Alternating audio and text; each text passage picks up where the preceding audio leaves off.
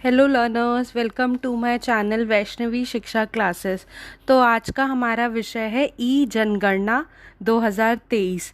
तो इसको अंग्रेज़ी में ई सेंसस के नाम से हम जानते हैं। जैसा कि आपको सबको पता होगा कि ये जो न्यूज़ है वो ट्रेंडिंग है। और वो क्यों ट्रेंडिंग है? वो इसलिए ट्रेंडिंग है क्योंकि ये फर्स्ट डिजिटल सेंसस होने वाला है हमारे देश में। आप सभी को मैं बता दूं कि हर 10 साल में जनगणना की जाती है। हाल ही में केंद्र सरकार ने ई जनगणना करने का निर्णय लिया है। तो ये कंपलसरी है, सबके लिए मैंडेटरी है। जो भी हमारे देश के नागरिक हैं वो अपनी खुद की स्वेच्छा से, अगर वो अपनी डिटेल्स खुद भरना चाहते हैं तो वो ऑनलाइन जाके भर सकते हैं। और अगर कोई अगर ऑनलाइन नहीं भरना चाहता तो उसकी जो डिटेल्स हैं वो सरकारी कर्मचारी जो ड्यूटी पे होते हैं वो भरेंगे। तो जो ई जनगणना 2023 के द्वारा अब सरकार डिजिटल माध्यम से जनगणना करने की योजना बना रही है। अब देश के सभी नागरिक डिजिटल माध्यम की सहायता से ई जनगणना 2023 हेतु ऑनलाइन रजिस्ट्रेशन कर सकेंगे। साथ ही साथ ई सेंसस एप्लीकेशन फॉर्म और जनगणना सूची आदि सब हम लोग ऑनलाइन देख सकते हैं। अब थोड़ा जान लेते हैं कि ई जनगणना 2023 क्या है। सबको पता है कि भारत को डिजिटल भारत बनाने के उद्देश्य से केंद्र सरकार ने जनगणना को सिंपल, फास्ट और इजी करने के लिए टेक्नोलॉजी का यूज़ किया है। खुद रजिस्टर करने के लिए आधार या मोबाइल नंबर ज़रूरी है। जो भी खुद से अपना डिटेल्स फिल करना चाहते हैं तो ये मैंडेटरी है कि आपके पास आपका आधार नंबर या आपके पास आपका मोबाइल नंबर होना चाहिए। नेक्स्ट, अगर मैं आपको बता दूं तो लास्ट जो जनगणना हुई थी वो भारत की 2011 में हुई थी, जिसके अनुसार भारत की जो जनसंख्या थी वो 121 करोड़ की थी। इसके बाद जनगणना साल 2021 में की जानी थी, लेकिन कोरोना पेंडेमिक के कारण ये संभव नहीं हो पाया था।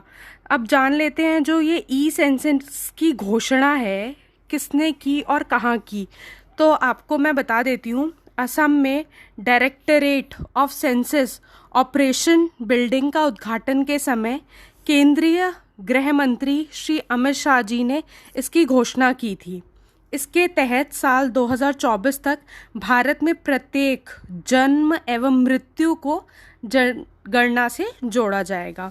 ये कम से कम जो ये जनगणना का काम है, प्रक्रिया है, ये कम से कम इसमें 11 महीने का काम 11 महीने लगते हैं पूरा करने के लिए।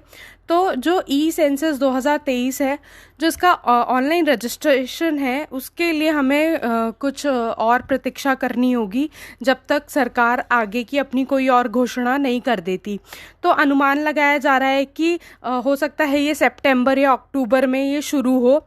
लगभग इसके लिए जो ये प्रक्रिया है, इसके लिए 30 लाख गवर्नमेंट ऑफिशियल्स को असाइन किया जाएगा जो ये प्रक्रिया करेंगे। और उनका काम होगा एक सरकारी प्रत्येक कर्मचारी का ये काम होगा कि वो 650 से 800 लोगों का डेटा वो रिकॉर्ड करेगा, चाहे तो वो ऑनलाइन माध्यम हो चाहे वो ऑफलाइन माध्यम हो। तो लगभग बताया जा रहा है कि 135 करोड़ लोगों का डेटा रिकॉर्ड किया जाएगा। तो अभी वो तो जब सेंसस कंप्लीट हो जाएगा उसी के बाद आंकड़े बताएंगे कि क्या सही में हमारे देश की जो जनसंख्या है वो 121 करोड़ से 135 करोड़ हो गई है या उससे भी ज़्यादा हो गई है, क्योंकि वर्ल्ड में तो हम नंबर 1 है। अब नेक्स्ट हम बात कर लेते हैं कि जो ये ई सेंसस 2023 है, इसका जो उद्देश्य क्या है, क्या बता रहे हैं उद्देश्य, मेनली इसका मोटिव क्या है। तो डिजिटल इंडिया का सपना पूरा करने के लिए हर क्षेत्र को, सबको पता है कि ऑनलाइन माध्यम से जोड़ दिया गया है। जैसा कि हम सब जानते हैं, जनगणना के लिए सरकारी कर्मचारियों को घर घर जाकर डेटा कलेक्ट करना होता है। इस प्रोसेस में टाइम और मनी दोनों की वेस्टेज होती है। इसीलिए इसको कम करने के लिए सरकार ने ये ई सेंसस वाला जो कॉन्सेप्ट है वो लेके आई है। भारत सरकार द्वारा ई सेंसस 2023 के माध्यम से अब नागरिक अपने मोबाइल फ़ोन की सहायता से जनगणना कर सकेंगे, मतलब वो खुद से अपनी डिटेल्स फिल कर सकेंगे। मेनली इसका जो उद्देश्य है वो डिजिटल रूप जनगणना के लिए नागरिकों की भागीदारी सुनिश्चित करना है। ई जनगणना का लाभ और इसकी क्या मेन इसकी विशेषता है, चलिए जानते हैं।